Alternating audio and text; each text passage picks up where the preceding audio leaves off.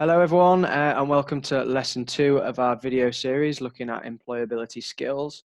So today's session, we're going to look very much at the start of applying for a job or potentially university, and it's looking at application form and that application process. So in a later video, we'll very much look at the interview aspect, but today we're very much looking at the application form and that first step of applying for a job. So we've got Rob Knowles again with us, myself, Alex, and we're joined by Matt Brown today as well. So Matt, if I can just ask you to give us a bit of an introduction about yourself and the business that you work for. Good morning. My name's Matt Brown and I'm currently the resourcing manager for the Lincolnshire Co-op. The Lincolnshire Co-op provides several goods and services across the county of Lincolnshire and Newark, and we employ nearly 3,000 people across that particular area in several business areas such as food stores, funerals, pharmacy businesses, our travel estate, post offices, and so on. So we cover quite a broad range, and we see quite a lot of, individuals come in and being very interested in wanting to come and work for us. Great stuff. Thanks very much, Matt. Great. Okay. Well, we'll dive into the topic then of application forms. Okay. So with regards to any application process, it's that first opportunity to make that lasting impression. So really, everything needs to go into that application form to make sure that you are noticed and pulled out from that application pool. It's certainly very important to make sure that you've done some research on the company that you're applying for to understand exactly what they're about, to get a feel for them, because that particular company, as much as you might want the job at that point in time, you need to make sure it's going to be right for you. So you need to be able to demonstrate that in your application form and demonstrate that passion for want to actually work for that particular company. Okay, so it's very much about making sure that you have got that knowledge, that background understanding, so that you can then translate that across into writing in that application form. Whether that company is asking for a written application, whether the company is asking for a CV and a covering letter, it's all very much about your skills and your abilities and translating that across into what the business actually is looking for in their ideal candidate. Yeah, great. I think that's really important. I think, the points that you mentioned there, Matt. So I come to you, Rob. I know you're quite passionate about the subject, and in a later session, you talk about the competition. So if you want to just kind of go over that again, I think that's really, really important to kind of talk to the students about. Okay, thank you. So I would stress that you get into your heads right now that this is a competition. So in the first instance, you only got to focus on yourself. Don't worry about anybody else or anything else. It's a competition, and there are many, many people that are going to be putting applications in front of somebody like a HR professional like Matt. Okay, so you've got to stand out from that. You've got to have that mindset of a competition. You've got to be the best that you can. And Matt alluded to something there about making that first impression. Remember that the first time somebody like Matt, a HR professional who's a very busy person, who's got lots of applications, the first time they catch sight of you is that application. So therefore, that's when the judgment starts. So if it's badly spelt, there's insufficient detail. If it doesn't match the job criteria, it's just going to go off into the bin, basically. And I don't mean to be rude to Matt. I know he's a caring professional, but he's a busy man also.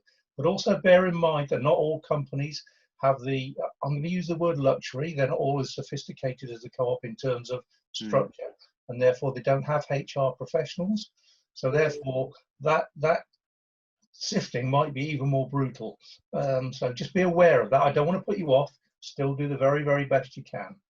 Yeah, I think that's something I always look at in my own when I'm applying for jobs, is almost just think about what I can control. And I think that's important, especially in today's climate when we know there's going to be so many people applying for jobs. Is what can I control within this application process? And it is a competition, and it is about putting everything into that application and making sure that I express myself, but also I make sure that I fit what the business is looking for as well. So Matt, I'm going to come back to you as well. Obviously with COVID-19, I think you very much, I suppose, have the finger on the pulse in terms of what the jobs are looking like at the minute. Can you just give us a bit of an experience from the Lincolnshire Co-op's point of view on what the job market is like at the moment and how many people are roughly applying for jobs? Of course, it's yeah, and I think both yourself, Alex, and you, Rob, have touched on it. It is an extremely competitive market at this present moment in time. These are unprecedented times, and unfortunately, we're seeing unemployment rise across the county and also across the country, and we're seeing numbers of applications rise exponentially. The average amount of applicants that we receive just for a customer service assistant in food at the moment is 40. So so if you're one of those candidates, you will be up against 39 other individuals potentially who are all vying for that job, and they're all then looking to put themselves forward and show that they are the right candidate for that position. So it is really important that you proofread, that you're checking your spellings, that you're making sure that you have that attention to detail, because that competition is, as I say, extremely strong. So if you want to get yourself noticed and you would want me to really actually read your application, then it needs to be eye-catching. And as I say, that first impression is that lasting impression. No, thanks very much. I think it's difficult, but at the same time, I think, if some of the young people listen to this, we don't want you to feel daunted by that. It's about, it's being realistic and knowing that that's the situation. But you as an individual, hopefully listening to some of these videos will capture, some hints and tips on how you can make a better application and give yourself the best opportunity as well. So I want to talk a little bit now about the person specification and the job description, which often come kind of alongside an application form, if you like. So really, I would say it's very important to make sure that you've gone over that job description. Now, that can come in a couple of formats. So you might see a particular job advertisement, which might be an abridged version of a job description. So a company may not put that full job description and personal specification out in the public domain. There is no reason as to why that couldn't be requested from the particular company, just to get a broader overview, and that would show some some willing from the actual candidate themselves. But it's very important to understand exactly what it is that job role is about. So if it's asking somebody that they need to be punctual and on time, you need to be able to probably demonstrate that in your application form. If it's asking for an essential skill, so if it's asking for excellent communication skills, how can you map that across from the job description into the application form? How can you demonstrate that?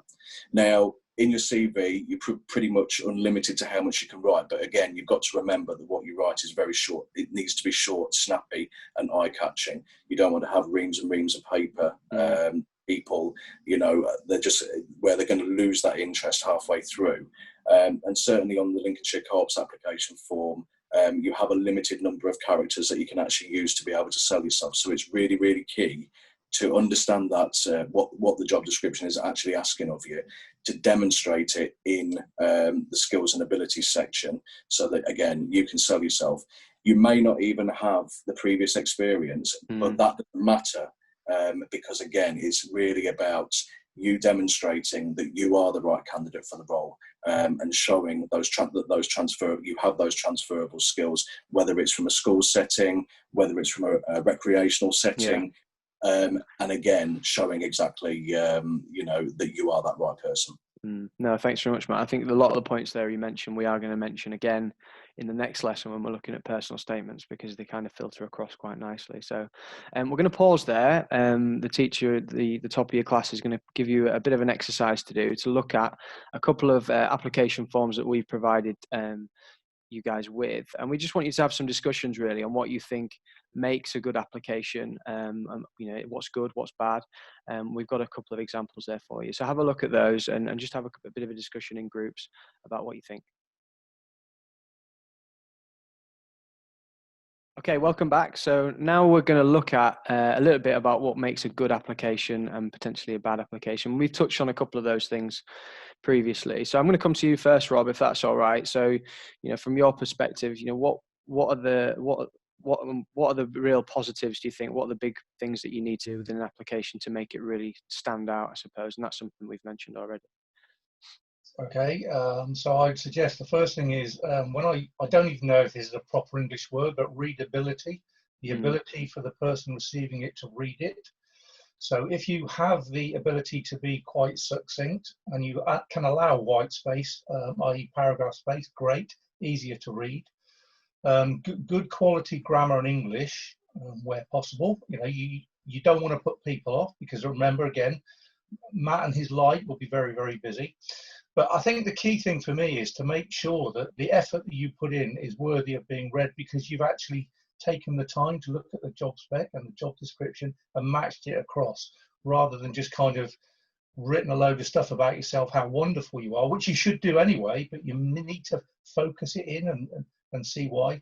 And Matt alluded to it earlier, so give examples of how you would demonstrate, for example, good customer services, how you would demonstrate good communications, and tell it as a story if you can.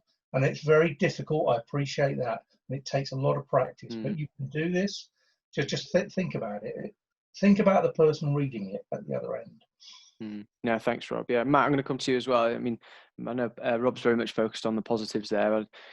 You know, the negatives are going to be very much the opposite of that. But is there anything you'd like to add to that? I would most likely say, I mean, I totally agree with what Rob said. It's got to stand out, you know, very much so.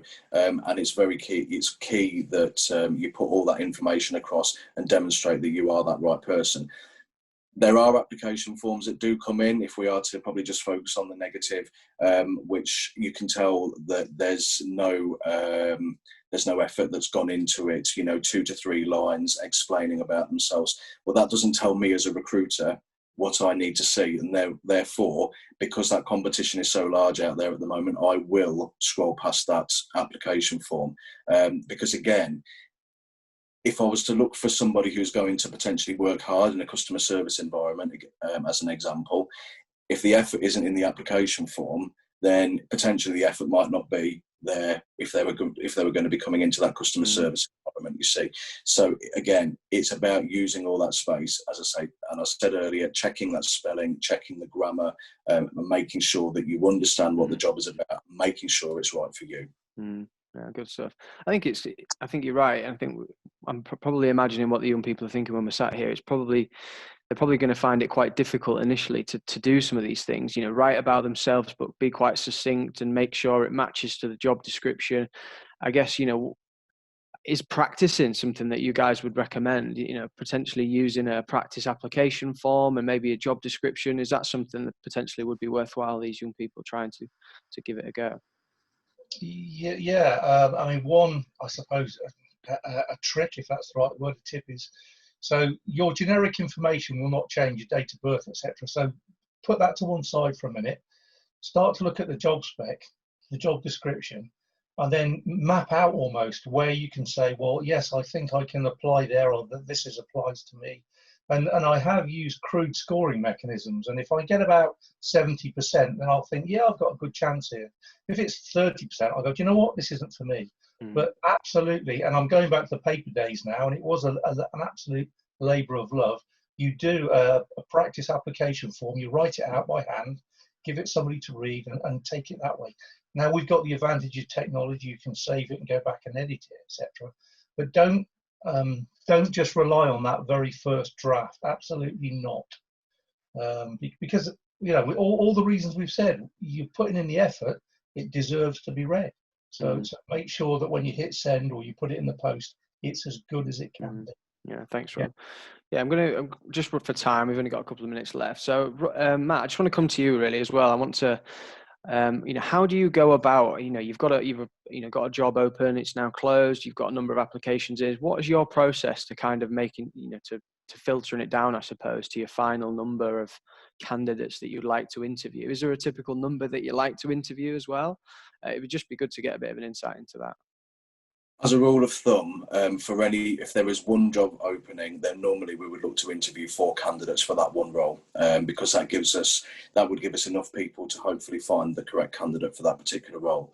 So if you think we're slimming down from the 40 down to 10% of that original value, so there is quite a lot that goes into the sifting process. We try to read every single application form, you know, to give them, because we know that people have put effort into it.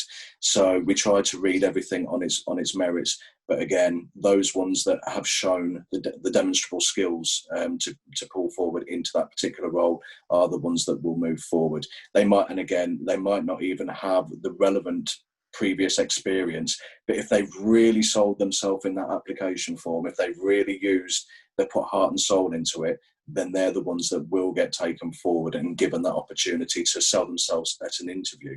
And I think it's one thing I would probably like to say is that it doesn't take a few moments to fill in an application form.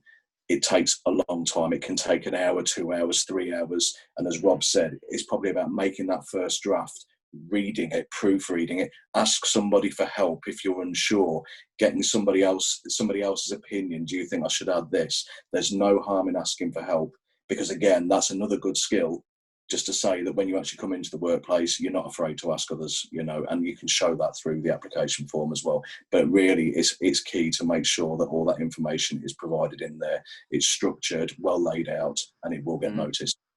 Good stuff. No, thanks very much, Matt. So we're kind of coming to a close, and what we're doing throughout each of these is just to reflect really, and probably try and get across a couple of key takeaways. So Rob, I'll come to you first. I think we've been quite vocal in terms of the things that you need to consider when applying for a job. But if you want to just give us a bit of a conclusion from your perspective, that would be great. Okay. So be under no illusion that the times we live in, it's quite tough. So it's not about being putting a sugar coating on this. It's going to be tough. It's going to be a competition. You may not succeed at the first opportunity, and that's not because of a bad application. It may be that there are people whose applications are better than you. It may be, as Matt said, he's got 40 to sift through in his example. So don't be disheartened, and try where possible to learn from it. So if you don't hear from the recruiter, try and get back in touch. See if there's anything you can do. But again, learn from it. Don't be disheartened. And for some people I have met, they've 4, 5, 6 applications, and it's understandably dispiriting and disheartening. But don't be. Okay, you've got to remember it's a very, very tough environment that we're working in at the moment. You'll get there. You'll get there. Just hang in there and keep at it, and don't lose heart.